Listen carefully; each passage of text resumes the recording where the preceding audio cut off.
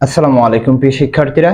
আচ্ছা, তোমাদের কিন্তু আগামীকাল তোমাদের গুচ্ছে যে চতুর্থ মেরিট সেটা কিন্তু দিতে যাচ্ছে এবং তোমরা অনেকজনে প্রশ্ন করেছো, সেটা হচ্ছে যে আমাদের কি কি কাগজ লাগবে, অর্থাৎ তোমাদের কি কি ডকুমেন্ট জমা তোমাদের দিতে হবে। যদি প্রথম যদি বলি, সেটা হচ্ছে তোমাদের কিন্তু যারা চতুর্থ মেরিটে চান্স পাবে তাদের কিন্তু কালকে যে ডকুমেন্টগুলো সেগুলো কিন্তু জমা দিতে হবে না। তোমরা যদি আমাদের গত ভিডিও দেখতে পারো তাহলে ওইখানে কিন্তু প্রায় 2 থেকে 3 হাজার স্টুডেন্ট দেখছে। সেখানে কিন্তু তোমাদের স্লাইডের মাধ্যমে দেখানোর চেষ্টা করছি। সেটা হচ্ছে যে তারা বলে দিয়েছে যে যে গুচ্ছ কমিটি তারা বলে দিয়েছে যে যারা চতুর্থ মেরিটে চান্স পাবে শুধু তারা 5,000 টাকা দিয়ে কিন্তু নিশ্চয়ন করবে। কিন্তু যারা কালকে চান্স পাবে বা পরবর্তী কোনো গণবিজ্ঞপ্তিতে চান্স পাবে বা কৃষি গুচ্ছের পরে যারা চান্স পাবে, তখন তো অবশ্যই তাদের যে নিশ্চয়ন করার পর কিন্তু তাদের অবশ্যই সশরীরে গিয়ে সেই বিশ্ববিদ্যালয়ে ডকুমেন্ট জমা দিতে হবে। তো কি কি ডকুমেন্ট তোমাদের জমা দিতে হবে সেই বিষয়ে কিন্তু কথা বলার চেষ্টা করব।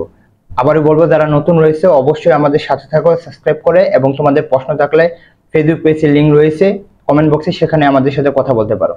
প্রথম যেটা কথা বলবো কি কি লাগবে, সেটার প্রথম 1 নাম্বার যদি কথা বলি, সেটা অবশ্যই তোমাদের যে যে প্রবেশপত্রটা রয়েছে যে জিএসটির, অর্থাৎ তোমরা যে প্রবেশপত্র যে পরীক্ষা দিয়েছে এবং সেই প্রবেশপত্রের মধ্যে যে সিগনেচার করাটা রয়েছে সেই প্রবেশপত্র কিন্তু অবশ্যই তোমাদের সাথে থাকতে হবে।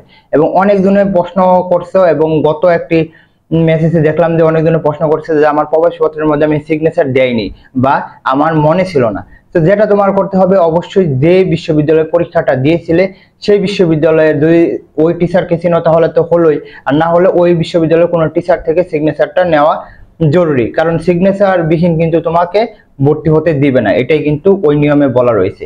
2 নাম্বার যেটা রয়েছে সেটা হচ্ছে এইচএসসির যে এইচএসসি এবং এইচএসসির যে মূল মার্কশিটটা রয়েছে সেই মূল মার্কশিটটা কিন্তু তোমাকে অবশ্যই সেটা জমা দিতে হবে। আবার বলতেছি, ফটোকপি জমা দিলে হবে না।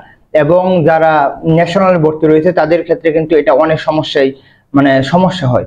তো যখন যেটা করবে সেটা হচ্ছে যে যখন তোমাদের চূড়ান্ত ভর্তির জন্য বলবে তখন অবশ্যই একটা ডেট দিবে।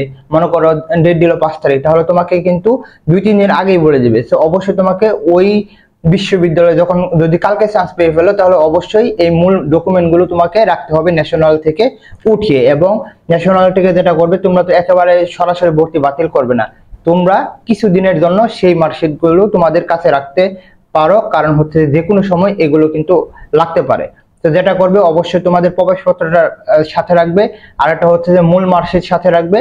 আর বিষয়টা হচ্ছে সেটা হচ্ছে যে 5,000 টাকা দিয়ে যে নিশ্চয়ন করলে সেই ডকুমেন্ট বা সেই কাগজটা যেটা রয়েছে অবশ্যই সেটা তোমাদের সাথে রাখতে হবে, তাহলে কিন্তু আদারস তোমাকে ভর্তি হতে দিবে না।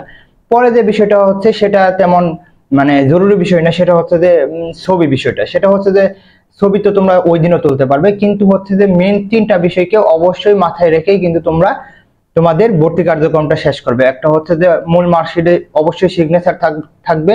2 নাম্বার হচ্ছে যে এইচএসসি এবং এইচএসসি যে মূল মার্কশিট সেটা অবশ্যই তোমার সাথে থাকতে হবে। 3 নাম্বার হচ্ছে যে 5,000 টাকা দিয়ে যে নিশ্চয়ন করছো অবশ্যই সেইগুলো তোমার হাতে থাকতে হবে। আর যেটা হচ্ছে যে গতকাল যখন একটা ভিডিও দিলাম তখন অনেকজনের প্রশ্ন করেছে যদি ভাই চান্স না পাই তাহলে কি হবে। কালকে চতুর্থ মেরিটে যাওয়ার পরে আমরা কথা বলবো যে যদি তুমি চান্স না পাও কি কি করা দরকার। তোমরা জানো যে আমাদের সেকেন্ড টাইম বেস অলরেডি চলতেছে, 30 জন প্লাস রয়েছে। তোমরা যদি সেকেন্ড টাইম দিতে চাও তাহলে কিন্তু আমাদের সাথে যোগাযোগ করতে পারো। তো আশা করি তোমাদের বোঝাতে পারছি। তোমাদের জন্য শুভকামনা। আসসালামু আলাইকুম।